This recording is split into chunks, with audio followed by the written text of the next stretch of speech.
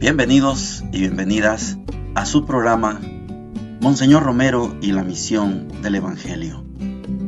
Un programa que lleva dos objetivos: conocer a Monseñor Romero y estudiar la Sagrada Escritura con un juicio crítico desde la teología de la liberación.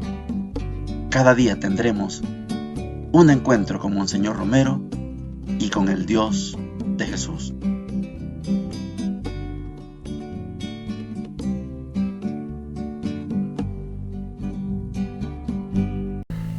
Hola, ¿qué tal? Este es su programa Monseñor Romero y la misión del Evangelio. Jueves de la 9ª semana del tiempo ordinario. Hoy vamos a ver cómo, creo yo, avanza bien lento el tiempo, porque son 34 semanas, no 7 como la Pascua, no 6 como la Cuaresma. Son 34 semanas y estamos en la 9ª. Pero vamos a ir saboreando cada día las lecturas en un orden ascendente en los capítulos de los evangelios, en un orden también cronológico, de más antiguo a más cercano, también las lecturas del Antiguo Testamento. En la primera parte vamos a encontrar a Monseñor Romero en una coyuntura, vamos a decirle, ordinaria.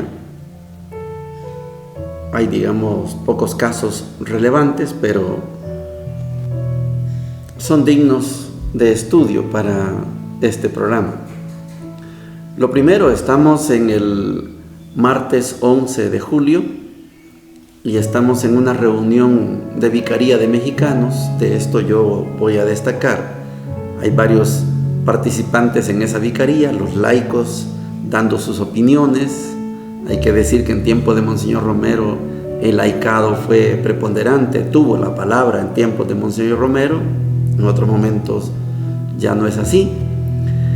Destaco de esta reunión de mexicanos es que entre todos y todas están reflexionando sobre el sentido nuevo de la Iglesia.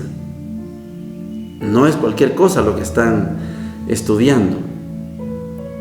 ¿Por dónde debe caminar la Iglesia? Esto después de los documentos de Medellín, después de los documentos de Puebla, después de 3 cartas pastorales de Monseñor Romero de la Arquidiócesis más una en Santiago de María, después de la Semana de Pastoral de 1975, después de la coyuntura en el contexto de una postulación al Premio Nobel de la Paz. ¿Por dónde debe ir la Iglesia? ¿Cuál es el sentido nuevo de la Iglesia? El jueves 12 ya hay una reunión con los jefes del taller de la tipografía, de la imprenta Criterio. Nosotros la conocimos más como imprenta, más que tipografía. Sabe la diferencia de decir imprenta, ¿verdad? Porque se imprime cualquier papel, cualquier documento, pero tipografía es que cada letra es un tipo. Entonces usted, para armar una página, debe ir tipo por tipo, o sea, armando una placa, y cuando ya está la página completa, entonces usted pone eso como si fuera esa la hoja original para imprimir. Eso es la tipografía. Bueno, le armaron una rebelión a Monseñor porque la gente quiere mejores condiciones, y Monseñor analiza, pero hay algunos que no cumplen con su trabajo. Pero vamos a escuchar el pliego de peticiones y lo vamos a atender. Después hay un tema en Soyapango. Fueron a Soyapango, dice, a ver un terreno donde la iglesia, un terreno que es de la iglesia, donde Cáritas quiere construir su bodega. Pero hay un grupo que dice, vendamos esto. Y Monseñor escucha. Solo de vender, ¿verdad? Vender es la alternativa. Pero otros técnicos dicen, Si vendemos, tenemos que ir a alquilar en otro lado. Decisión, mejor nos quedamos en este terreno. No se vende el terreno. Dice, construir y sostener alguna obra de educación y obra social en beneficio de la parroquia de Soyapango. No solo la bodega, vamos a hacer otras cosas, pero vender no es la solución.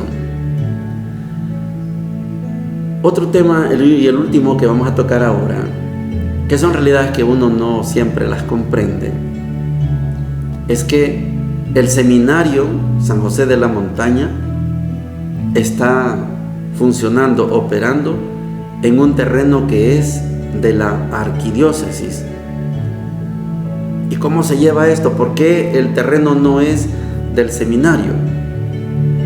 Yo les quiero compartir esta información, algunos ya la conocen, y es el hecho de que todas las propiedades que son de la diócesis, usted mire la parroquia, está a nombre de la diócesis, el colegio está a nombre de la diócesis, el convento parroquial está a nombre de la diócesis, todo lo que está a nombre de la diócesis o la arquidiócesis, esos terrenos no son del Salvador, en este caso de este país, no.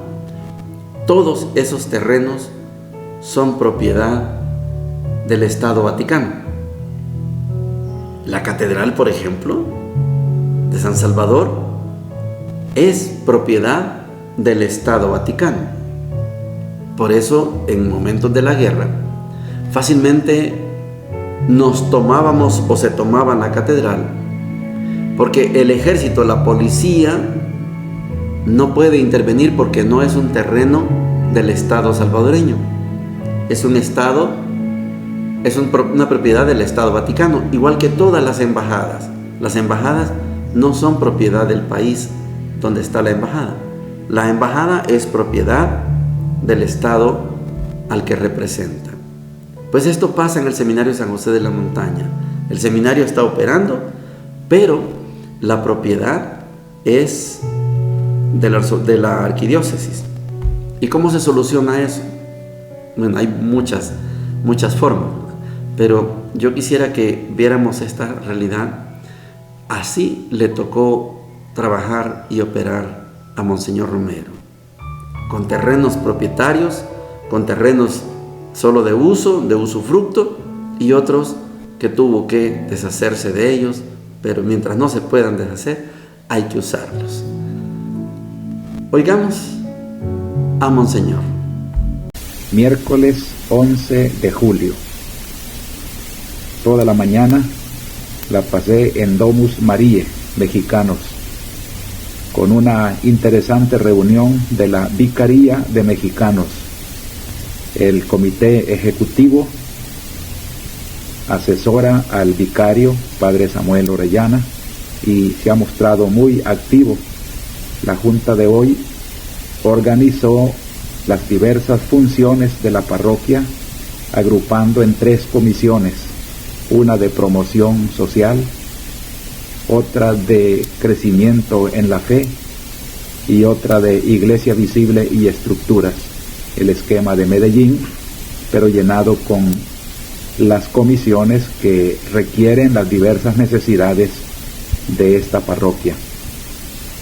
Después de almuerzo, se continuó la reunión para reflexionar sobre el sentido nuevo de la iglesia. Jueves 12 de julio. Hoy tuvimos reunión con los jefes de taller de la tipografía Criterio, porque han surgido dificultades con los obreros. Se dilucidó que hay culpa de los obreros, muchos de ellos aprendices, no dan rendimiento en su trabajo y exigen prestaciones que por otra parte se tratará de resolverles justamente. Se tendrá pues con ellos, y de acuerdo con las aclaraciones de los jefes de taller, al pliego de peticiones que ha presentado un grupo de obreros. He encarecido mucho que se ponga mucha diligencia en el caso para evitar cualquier escándalo laboral y que se cultive un sentido más humano en las relaciones con nuestros obreros de esa tipografía católica. Después, toda la mañana ha sido de mucha actividad con visitas y entrevistas que han llegado a la curia. A las 4 de la tarde fui a Soyapango para ver el terreno de la iglesia donde Cáritas quiere construir su bodega. Fue también el párroco y las señoras de la Comisión Arquidiocesana de Cáritas y Luis Alonso Machado por parte de la Comisión de Administración de la Arquidiócesis. Y estuvimos de acuerdo en pedir una reconsideración a esta comisión que había aconsejado vender este terreno que vale mucho y comprar para bodega en otra parte, pero a la comisión pareció más adecuado este lugar y se compromete a construir y sostener alguna obra de educación o obra social en beneficio de la parroquia de Soyapango. A mí me parece muy útil esta petición y la apoyaré, ya que se trata de una presencia de la iglesia en un sector donde no hay esta presencia hasta ahora. Me acompañó el padre Nicolás González, que comentaba con mucho entusiasmo la situación de la pastoral de la arquidiócesis. Y después de cena me reuní con el equipo del Seminario Mayor Central San José de la Montaña, con quienes comentamos bastantes aspectos, tanto de los seminaristas de la arquidiócesis como de la vida del seminario y del manejo de la propiedad del seminario, de acuerdo entre la arquidiócesis, que es la propietaria, y el equipo del seminario que lleva la dirección del seminario. Llegamos a la sección de la palabra de Dios. Hemos dado el salto, les decía, de las cartas apostólicas y nos estamos concentrando por unos cuantos días en las cartas pastorales. Pastorales se le llama a las dos cartas, a Timoteo y la carta a Tito. Son dos personajes cercanos a San Pablo.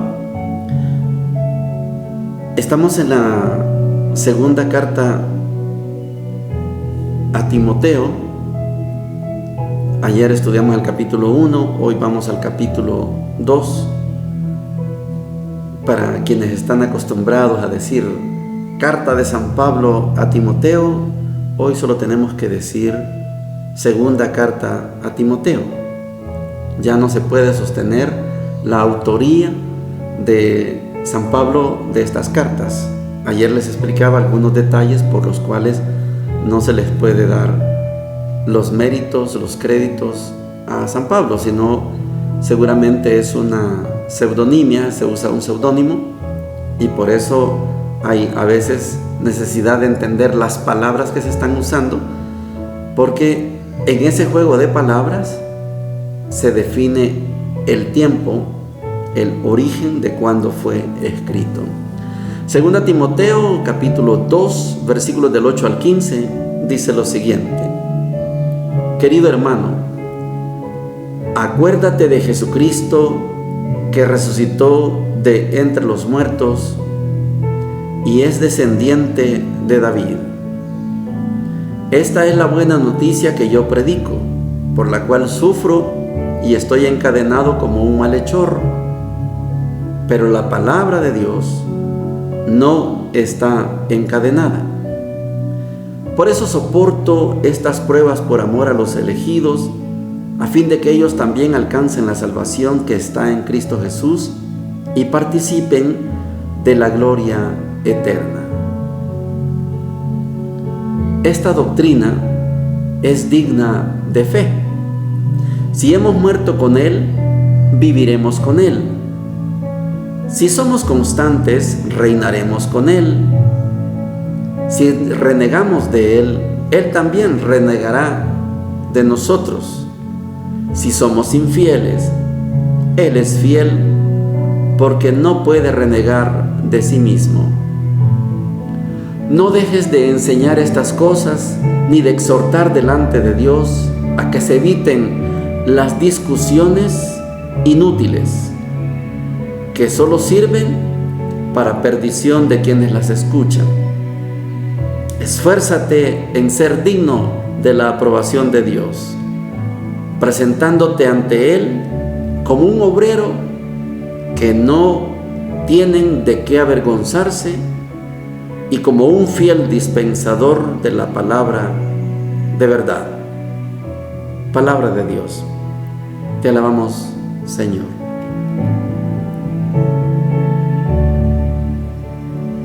Hay un juego de palabras.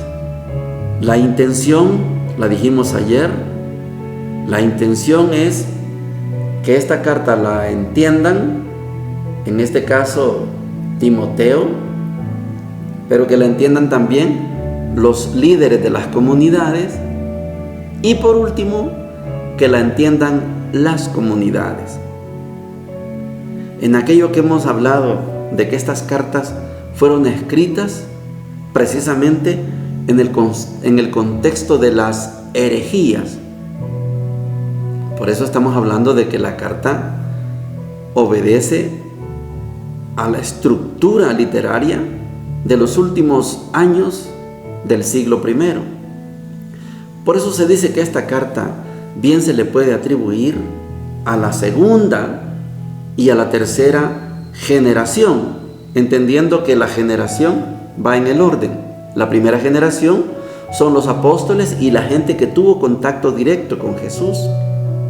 La segunda generación es la generación que tuvo contacto con los que tuvieron contacto con Jesús, ya es la segunda. Los que se relacionaron con los apóstoles y con los que conocieron directamente a Jesús, estos son la segunda generación. Y posiblemente este documento ya esté tocando la tercera generación. Por ejemplo, Timoteo no es de la primera generación, él no conoció a Jesús, igual que San Pablo no conoció a Jesús. San Pablo es de la segunda generación, igual que Timoteo. Y esta carta está referida a la tercera generación, a los que conocieron a Tito, a los que conocieron a Timoteo, a los que conocieron a Bernabé, a Teudas, a Judas, a los que anduvieron con San Pablo. Por esto, al hablar que estamos hablando de segunda o tercera generación, estamos diciendo finales del siglo I, principios del siglo II. Ya estamos rayando los 100 años después de haber sido asesinado Jesús. Por esto vamos a ver algunas palabras que nos dan la razón. Acuérdate de Jesucristo. La primera generación no se ha olvidado de Jesucristo. La segunda tampoco. Entonces estamos hablando de un lenguaje para la tercera generación. Acuérdate de Jesucristo que resucitó entre los muertos. Cuando alguien escribe de esta manera es porque está entendiendo que estos que están leyendo no conocieron a Jesús ni de forma directa ni de forma indirecta. Acuérdate de Jesucristo que resucitó entre los muertos y es descendiente de David. Estas cartas están escritas para los paganos que se están haciendo cristianos, como el Evangelio de Marcos, parecido. Y dice, esta es la buena noticia que yo predico. Está poniendo palabras en la boca de San Pablo. San Pablo ya hace años que fue asesinado junto con Pedro, pero este es el Evangelio, esta es la buena noticia que yo predico, la resurrección de Jesucristo. Sigamos. Yo estoy encadenado, pero la palabra de Dios no está encadenada.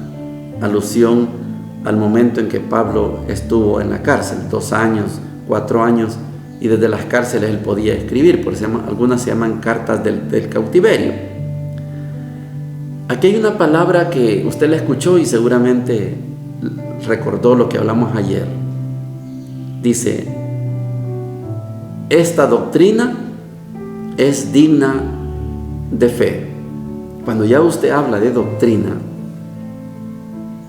ya está saliendo de lo común, digamos, porque lo primero que dijimos es el querigma, decíamos ayer, es el anuncio de Jesucristo. Pero ahora ya eso se está convirtiendo en una doctrina. Esta doctrina es digna de fe. Ya no es solamente la comunicación, como decía un campesino en Panamá. Ya no se trata solo de radio bemba, dice, de boca a boca. No, ahora es una doctrina. Ahora puede ser un documento. Ahora puede ser aquello con lo que nos instruyeron y nosotros lo guardamos. Eso se llama el depósito de la fe. Esta doctrina es digna de fe. Otra palabrita, no dejes de enseñar estas cosas. Cuando estamos hablando de enseñar, ya estamos en las 3 características de las primeras comunidades: anunciar, celebrar, enseñar. Entonces esto ya pertenece a las comunidades cristianas cuando ya los apóstoles han desaparecido, cuando ya nos han matado a los 12 apóstoles. Bueno, Judas se ahorcó, pero sustituyeron a Judas por Matías. Y Juan, en el contexto de estas cartas, Juan todavía está vivo, pero ya no está activo, ya es un anciano. Entonces, ahora sí, no dejes de enseñar estas cosas, significa que ya pertenecen a estas comunidades que tienen esas 3 características: anunciar, celebrar, enseñar. Y el último, esfuérzate en ser digno de aprobación de Dios, presentándote ante Él como un obrero que no tienen de qué avergonzarse y como un fiel dispensador de la palabra de verdad. Esfuérzate en ser digno de la aprobación de Dios. Cuando decimos que estas cartas están en el contexto de las herejías, hay algunos que ya han traicionado su fe. Abrazaron la fe algunos en el acto aquel de Pentecostés, pero en el camino van dejando la fe y la predicación en Jesús resucitado y siguen otras corrientes. Tal es el caso de las corrientes gnósticas. Las gnósticas que hablan de un sentido de perfección. Lo más importante es que tú seas perfecto. Y aquellas herejías, enseñanzas, doctrinas que hablan de que Jesús es solamente Dios o es solamente hombre. No es posible que Jesús tenga las 2 naturalezas. Esas son herejías. Hubo mucha gente que abrazó la fe, pero después se fueron quedando en el camino. Esfuérzate en ser digno de la aprobación de Dios, presentándote ante Él como un obrero del que nadie tenga nada que decir. Esta es la segunda carta a Timoteo. Ya no decimos de San Pablo a Timoteo, recuerda, porque ya está estudiado de que no son cartas que pertenezcan al apóstol Pablo o a San Pablo. Vamos al Evangelio. Evangelio de Marcos, capítulo 12, versículos del 28 al 34, dice lo siguiente: un escriba que los oyó discutir, al ver que les había respondido bien, se acercó y le preguntó: ¿cuál es el primero de los mandamientos? Jesús respondió: el primero es: escucha, Israel, El Señor nuestro Dios es el único Señor, y tú amarás al Señor tu Dios con todo tu corazón, con toda tu alma, con todo tu espíritu y con todas tus fuerzas. El segundo es: amarás a tu prójimo como a ti mismo. No hay otro mandamiento más grande que estos.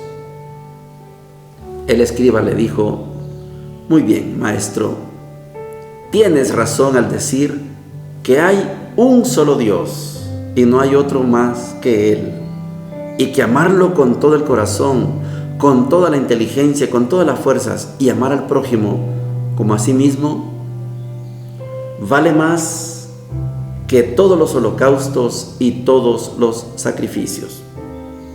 Jesús, al ver que había respondido tan acertadamente, le dijo: tú no estás lejos del reino de Dios. Y nadie se atrevió a hacerle más preguntas.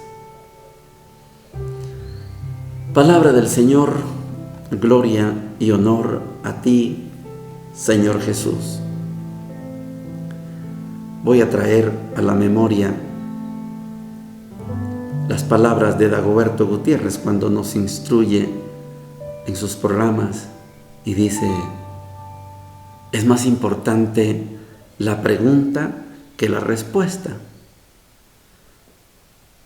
En una ocasión, en los tiempos, vamos a decir, mozos,